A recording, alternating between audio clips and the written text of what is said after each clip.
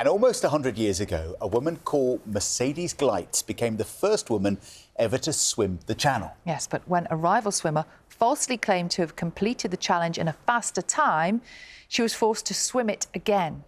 Mercedes went on to complete many more remarkable swimming records. And now her extraordinary life is being celebrated in a new film. It's called Vindication Swim. Have a look. What if I don't make it? Oh, I'll wager you can arrive at 1,000 reasons why you won't.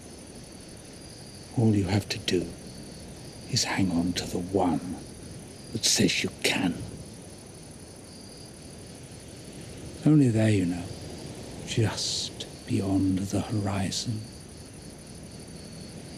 For hour after hour you'll be kicking away at the ocean. Then you reach that point. You raise your head out of the water and you see it. See what? White cliffs. Well, joining us now are the actors Kirsten, Callaghan, John Locke, as well as writer and director Elliot Hasler. Morning to you all. Thank you so much for coming in. It's an incredible film about a really remarkable woman. Tell us about her. Well, her name is Mercedes Gleitze, and she swam the channel in 1927. So that's what she's most known for. She was a pioneer in long-distance open water swimming. Almost unimaginable now, because when we see people swim the channel now, we're aware of the amount of technology and support they have. Back then, what sort of support did she have?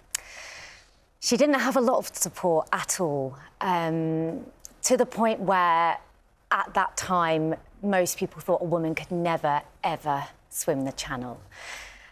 So she funded all of her own swims, and she only had a tiny rowing boat next to her when she swam. And in that boat was a photographer and her coach and the rower and a doctor. So that's all she had available. And these are original images from the time. Yes, yeah. She's out of the water there. Looks like she just got married. Yeah. John, you play her coach. I do indeed. Harold. So Harold you're in Best. that little boat at the side, encouraging her and Absolutely, training her. absolutely. Yes. Were yes. you aware of this story before the script came your way? Not at all. Not at all. I hadn't heard of it. I had worked with Elliot before, but this was an extraordinary experience, because I remember it clearly, and it was on a summer's afternoon, early summer's afternoon, and Elliot had sent me the script, and I thought to myself, well, I'll read 20 pages of this, and then I'll go off and make myself some tea.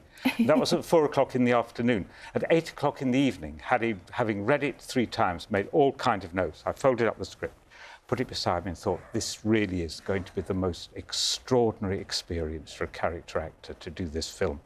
And indeed, that was the case. It was utterly, utterly extraordinary. And no tea. So you kept on reading. That's how good So it was. I kept on reading. I don't think I ate that now. Yeah, there we go. Well, Elliot, I mean, that's really a very, very good sign, isn't it? What is it about Mercedes that you thought might be special? Those incredible archive pictures give us some indication of how well known she was in her local area at the time.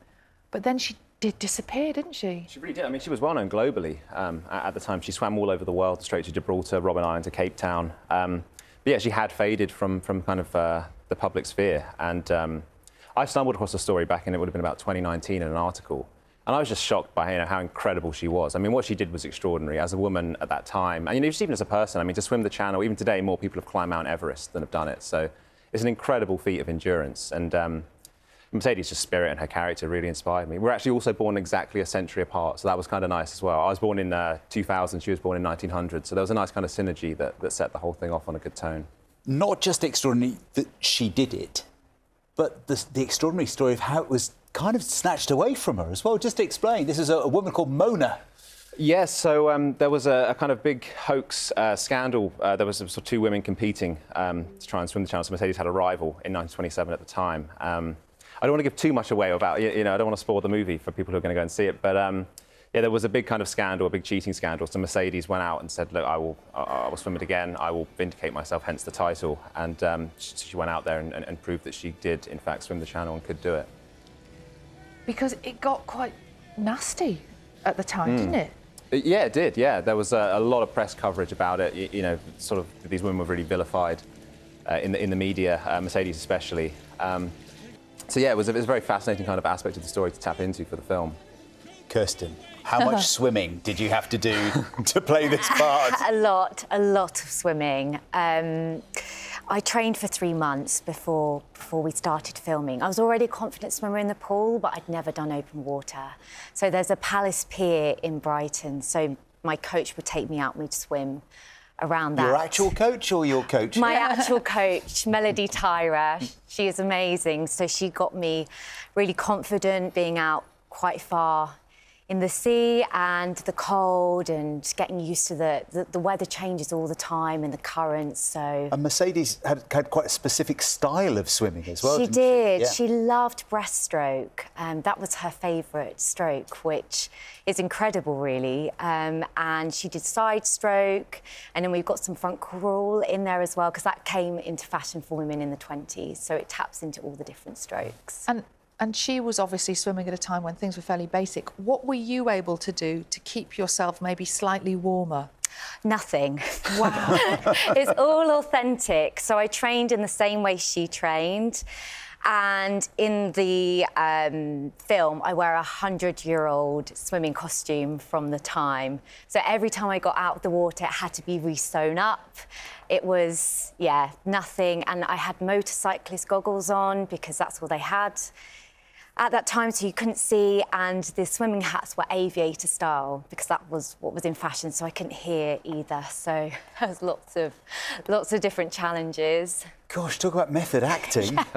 I mean, were you frightened out there in the water?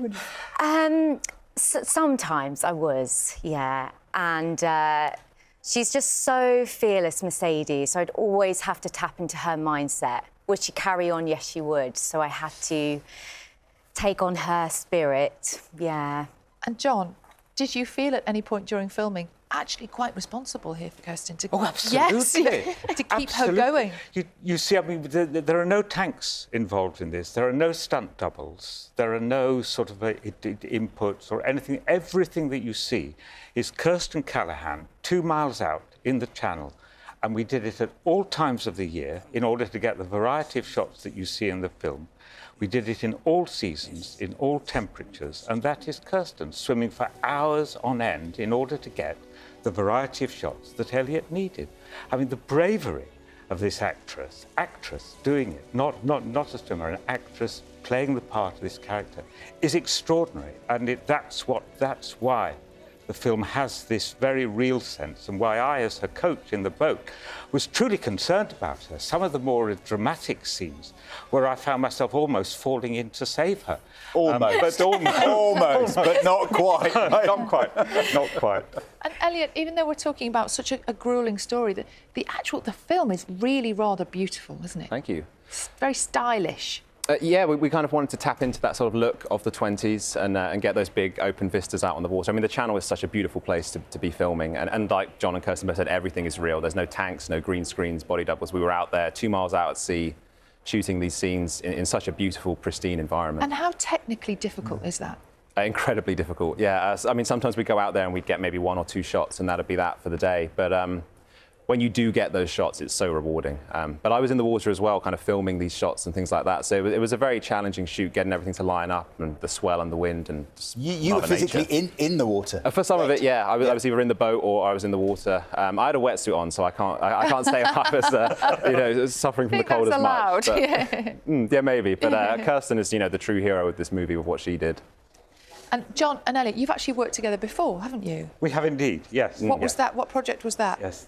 That was on To Hunt a Tiger, okay. which was a film, and that was how I really knew what Elliot could do, because when I read the script for that, you found a line in it that said, "We see a tiger emerge from the jungle, close up of the tiger's eye," and you look at that and you think, well, it's not going to do that, is it? And indeed, there is original footage in To Hunt a Tiger of a tiger emerging from the jungle and there is a close-up of the tiger's eye, exactly as Elliot says.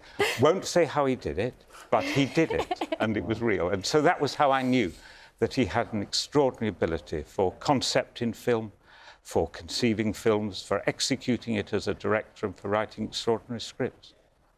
Kirsten, let's come back to you for the final word. As Mercedes, I'm just wondering how much swimming you're doing now the filming is over. Can you bear going to the pool? I go to the pool. I haven't been in the sea at the moment, but I did do a charity swim, and I may do a charity relay. Our producer, Sally Wood, did the channel relay, which is incredible. So there's lots of people in the team that are amazing swimmers. So maybe, yes. Maybe. Never say never. Never say never. Well, look, thank you all so much for coming in. It is a fantastic, fascinating story. Now, I knew nothing about it at all. The movie's called Vindication Swim. It's released in cinemas, appropriately enough, on International Women's Day, which is the 8th of March.